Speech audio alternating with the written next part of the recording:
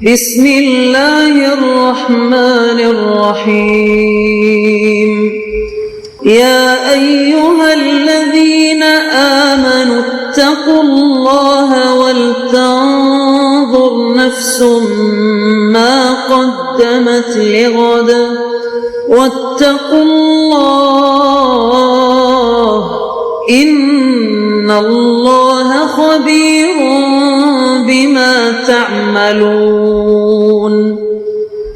اے ایمان والو، اللہ سے ڈرتے رہو اور ہر شخص کو دیکھنا چاہیے کہ اس نے کل یعنی آخرت کے لیے کیا سامان بھیجا ہے، اور ہم پھر کہتے ہیں کہ اللہ سے ڈرتے رہو، بے شک اللہ تمہارے سب اعمال سے خبردار ہے۔ بسم اللہ الرحمن الرحیم، الحمد للہ رب العالمین،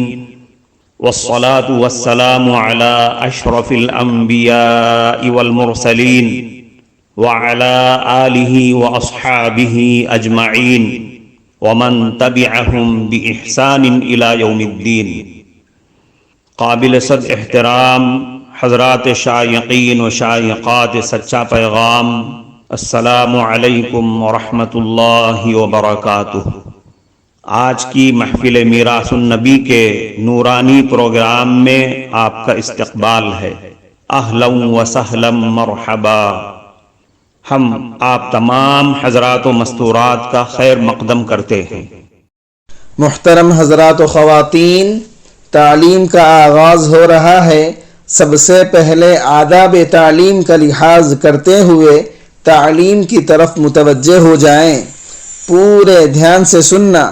عمل کی نیت سے سننا اور تبلیغ کی نیت سے سننا، یعنی سنی ہوئی باتیں دوسروں تک پہنچانے کے جذبے سے سننا چند خاص آداب تعلیم ہیں۔ امید ہے کہ آپ حضرات ان آداب کا ضرور خیال رکھیں گے۔ جزاکم اللہ۔ بسم اللہ الرحمن الرحیم۔ حضرت ابو ہریرہ رضی اللہ عنہ سے روایت ہے کہ رسول اللہ صلی اللہ علیہ وسلم نے ارشاد فرمایا، میں تم لوگوں کے لیے مثل ایک باپ کے ہوں اپنے اولاد کے لیے، یعنی جس طرح اولاد کی خیر خواہی اور ان کو زندگی کے اصول اور آداب سکھانا ہر باپ کی ذمہ داری ہے، اسی طرح تمہاری تعلیم اور تربیت میری ذمہ داری ہے، میرا کام ہے۔ اس لیے میں تمہیں بتاتا ہوں کہ جب تم قضائے حاجت کے لیے جاؤ تو نہ قبلے کی طرف منہ کر کے بیٹھو اور نہ اس کی طرف پیٹ کر کے بیٹھو، بلکہ اس طرح بیٹھو کہ قبلے کی جانب نہ تمہارا منہ ہو اور نہ تمہاری پیٹ۔ حضرت ابو ہریرہ رضی اللہ عنہ کہتے ہیں، آپ صلی اللہ علیہ وسلم نے استنجا میں 3 پتھروں کے استعمال کرنے کا حکم دیا اور منع فرمایا استنجا کرنے میں لید اور ہڈی استعمال کرنے سے، اور منع فرمایا داہنے ہاتھ سے استنجا کرنے سے۔ حضرت سلمان فارسی رضی اللہ عنہ سے روایت ہے، وہ بیان فرماتے ہیں، بعض مشرکوں کی طرف سے تمسخر اور طنز کے طور پر، مذاق کے طور پر ان سے کہا گیا کہ تمہارے پیغمبر نے تم لوگوں کو ساری ہی باتیں سکھا دی ہیں، یہاں تک کہ پیخانے کرنے کا طریقہ بھی سکھا دیا۔ حضرت سلمان رضی اللہ عنہ نے ان سے کہا، ہاں بے شک انہوں نے ہم کو سب کچھ سکھا دیا ہے اور استنجے کے متعلق بھی ضروری ہدایت دی ہیں، چنانچہ انہوں نے ہم کو اس سے منع فرمایا کہ پاخانہ یا پیشاب کرتے وقت ہم قبلے کی طرف رخ کر لیں، یا یہ کہ ہم داہنے ہاتھ سے استنجا کریں، یعنی داہنے ہاتھ سے استنجا کرنے سے بھی نبی کریم صلی اللہ علیہ وسلم نے ہمیں منع فرمایا، یا یہ کہ ہم استنجا کرنے میں 3 پتھروں سے کم استعمال کریں، یا یہ کہ ہم استنجا کریں اونٹ، گھوڑے یا بیل وغیرہ کسی چوپائے کے فضلے یا ہڈی سے۔ محترم ناظرین کرام، اس دینی اور ایمانی بیان کو سننے کے دوران ہی اس کو لائک کر دیجئے اور شیئر بھی کر دیجئے تاکہ دوسرے بھی اس سے فائدہ اٹھا سکیں۔ اللہ آپ کو جزائے خیر عطا فرمائے۔ حضرت ابو ہریرہ رضی اللہ عنہ سے روایت ہے کہ رسول اللہ صلی اللہ علیہ وسلم جب استنجے کو جاتے تھے تو میں آپ صلی اللہ علیہ وسلم کو پانی لا کے دیتا تھا۔ پانی کے برتن طور میں جو کانسی یا پتھر سے بنا ہوا ایک برتن ہوتا تھا، یا رکوہ میں یعنی چمڑے کے چھوٹے مشکیزے میں، تو آپ صلی اللہ علیہ وسلم اس سے طہارت حاصل کرتے تھے، پھر اپنے ہاتھ کو زمین کی مٹی پر ملتے تھے، پھر دوسرا برتن پانی کا لاتا تھا تو آپ صلی اللہ علیہ وسلم اس سے وضو فرماتے تھے۔ مطلب یہ ہے کہ رسول اللہ صلی اللہ علیہ وسلم پتھر وغیرہ سے استنجا کرنے کے بعد پانی سے بھی طہارت کیا کرتے تھے، پھر اس کے بعد ہاتھ کو زمین پر مل کر دھوتے تھے، اس کے بعد وضو بھی فرماتے تھے۔ حدیث کے راوی حضرت ابو ہریرہ رضی اللہ عنہ فرماتے ہیں، آپ صلی اللہ علیہ وسلم کے استنجے اور وضو کے لیے پانی لا کر دینے کی سعادت عموماً مجھے حاصل ہوتی تھی۔ صحیحین کی ایک روایت سے معلوم ہوتا ہے کہ اس خدمت میں حضرت انس رضی اللہ عنہ کا بھی خاص حصہ تھا۔ جیسا کہ اس حدیث سے معلوم ہوا، آپ صلی اللہ علیہ وسلم کی عادت مبارکہ یہی تھی کہ قضائے حاجت اور استنجے سے فارغ ہو کر وضو بھی فرماتے تھے، لیکن کبھی کبھی یہ ظاہر کرنے کے لیے کہ یہ وضو کرنا صرف اولا اور افضل ہے، فرض یا واجب نہیں، آپ صلی اللہ علیہ وسلم نے اس کو ترک بھی کیا ہے، یعنی چھوڑ بھی دیا ہے۔ چنانچہ سنن ابی داود اور سنن ابن ماجہ میں حضرت عائشہ صدیقہ رضی اللہ عنہا سے روایت ہے کہ ایک دفعہ رسول اللہ صلی اللہ علیہ وسلم پیشاب سے فارغ ہوئے تو حضرت عمر فاروق رضی اللہ عنہ وضو کے لیے پانی لے کر کھڑے ہو گئے۔ آپ صلی اللہ علیہ وسلم نے فرمایا، عمر یہ کیا ہے؟ کس کے لیے پانی لے کر کھڑے ہو؟ حضرت عمر فاروق رضی اللہ عنہ نے عرض کیا، آپ کے وضو کے لیے پانی لایا ہوں۔ آپ صلی اللہ علیہ وسلم نے فرمایا، میں اس کے لیے معمور نہیں کہ جب پیشاب کروں تو ضرور ہی وضو کر لوں، اور اگر میں پابندی اور مداومت کروں تو امت کے لیے ایک قانون اور دستور بن جائے گا۔ اس حدیث سے یہ بات بھی معلوم ہوئی کہ رسول اللہ صلی اللہ علیہ وسلم مسئلے کی صحیح نوعیت اپنے عمل سے واضح کرنے کے لیے اور امت کو غلط فہمی اور مشقت سے بچانے کے لیے کبھی کبھی اولا اور افضل کو بھی ترک کر دیا کرتے تھے۔ حضرت ابو ایوب انصاری اور حضرت جابر اور حضرت انس رضی اللہ عنہم سے روایت ہے، تینوں حضرات بیان فرماتے ہیں کہ مسجد قباء کے بارے میں جب سورہ توبہ کی یہ آیت نازل ہوئی، فیہ رجال یحبون ان یتطہروا واللہ یحب المطہرین، اس مسجد میں ہمارے ایسے بندے بھی ہیں جو پاکیزگی پسند کرتے ہیں، اور اللہ تعالیٰ ایسے پاکیزگی پسند لوگوں سے محبت کرتا ہے۔ تو رسول اللہ صلی اللہ علیہ وسلم نے اس مسجد میں نمازیں پڑھنے والے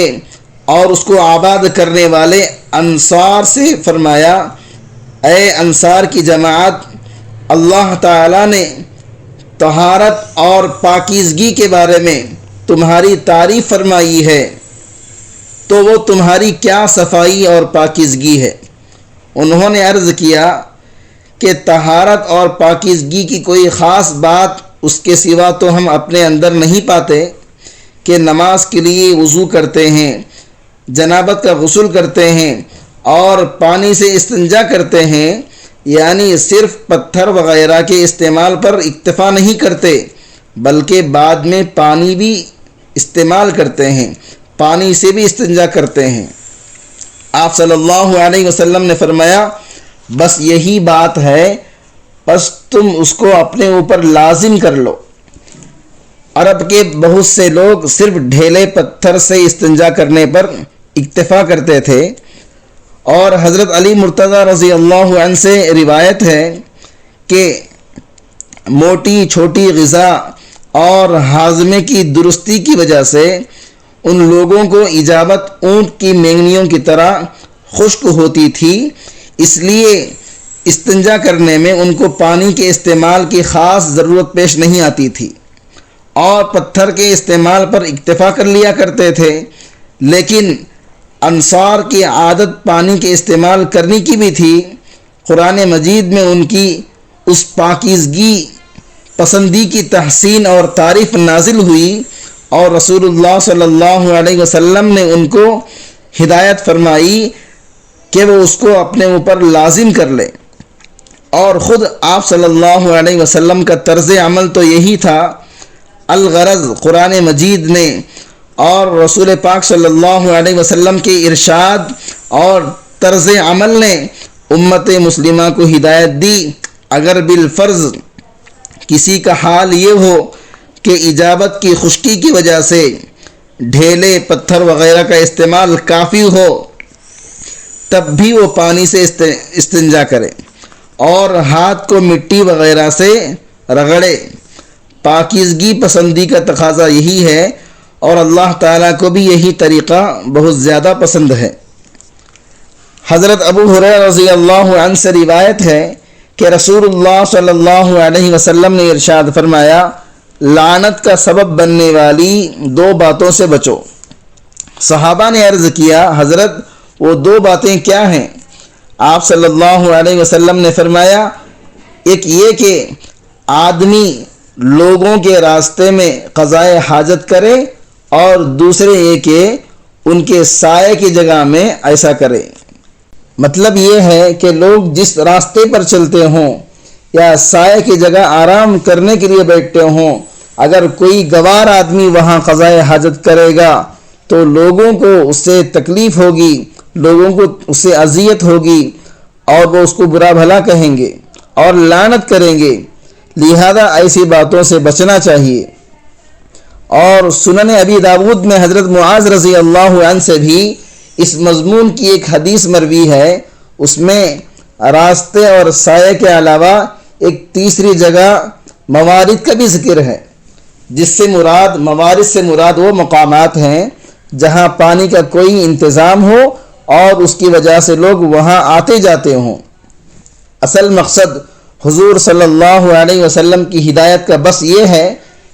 کہ اگر گھر کے علاوہ جنگل وغیرہ میں ضرورت پیش آ جائے تو ایسی جگہ تلاش کرنی چاہیے جہاں لوگوں کی آمد و رفت نہ ہو اور ان کے لیے باعث تکلیف نہ بنے۔ حضرت ابو ایوب انصاری رضی اللہ عنہ اور حضرت جابر رضی اللہ عنہ سے روایت ہے کہ رسول اللہ صلی اللہ علیہ وسلم کا دستور تھا، جب آپ کو قضائے حاجت کے لیے باہر جانا ہوتا تو اتنی دور اور ایسی جگہ تشریف لے جاتے کہ کسی کی نظر آپ صلی اللہ علیہ وسلم پر نہ پڑ سکتی تھی۔ اللہ تعالیٰ نے انسان کی فطرت میں شرم و حیا اور شرافت کا جو مادہ ودیعت رکھا ہے، اس کا تقاضا یہ ہے کہ انسان اس کی کوشش کرے کہ اپنے اس قسم کی بشری ضرورتیں اس طرح پوری کرے کہ کوئی آنکھ اس کو نہ دیکھ سکے، اگرچہ اس کے لیے اس کو دور سے دور جانے کی تکلیف اٹھانی پڑ جائے۔ یہی رسول اللہ صلی اللہ علیہ وسلم کا عمل تھا اور یہی آپ صلی اللہ علیہ وسلم کی تعلیم تھی۔ حضرت ابو موسیٰ اشعری رضی اللہ عنہ سے روایت ہے، ایک دن رسول اللہ صلی اللہ علیہ وسلم کے ساتھ تھا، آپ کو پیشاب کا تقاضا ہوا تو آپ صلی اللہ علیہ وسلم ایک دیوار کے نیچے نرم اور نشیبی زمین کی طرف آئے اور وہاں پیشاب سے فارغ ہوئے۔ آپ صلی اللہ علیہ وسلم نے فرمایا، جب تم میں سے کسی کو پیشاب کرنا ہو تو اس کے لیے مناسب جگہ تلاش کرے۔ مطلب یہ ہے کہ پیشاب کے لیے ایسی جگہ تلاش کر کے بیٹھنا چاہیے جہاں پردہ بھی ہو اور اپنے اوپر چھینٹے پڑنے کا خطرہ بھی نہ ہو اور رخ بھی غلط نہ ہو۔ اللہ تعالیٰ کی بے شمار رحمتیں اس کے اس پاک پیغمبر صلی اللہ علیہ وسلم پر جس نے امت کو پیشاب پاخانے تک کے آداب سکھا دیے۔ کفارہ مجلس کی دعا پڑھ لیجئے۔ سبحانک اللہم و بحمدک، اشہد ان لا الہ الا انت، استغفرک و اتوب الیک۔ معزز حضرات و خواتین، ہم آپ کے بے حد شکر گزار ہیں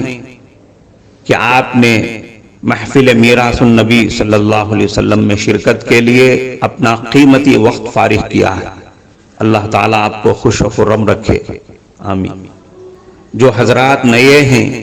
وہ سچا پیغام چینل کو سبسکرائب کر کے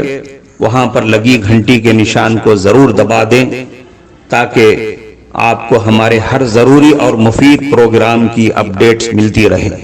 اور ہمارا ہر پروگرام لائک کرنے کے ساتھ ساتھ دوسروں کو شیئر بھی کرتے رہیں۔ اس سے آپ کو صدقے کا ثواب ملے گا، کیونکہ حدیث کے مطابق اچھی باتیں پھیلانا صدقہ ہے۔ اللہ تعالیٰ آپ کو خوب خوب جزائے خیر عطا فرمائے۔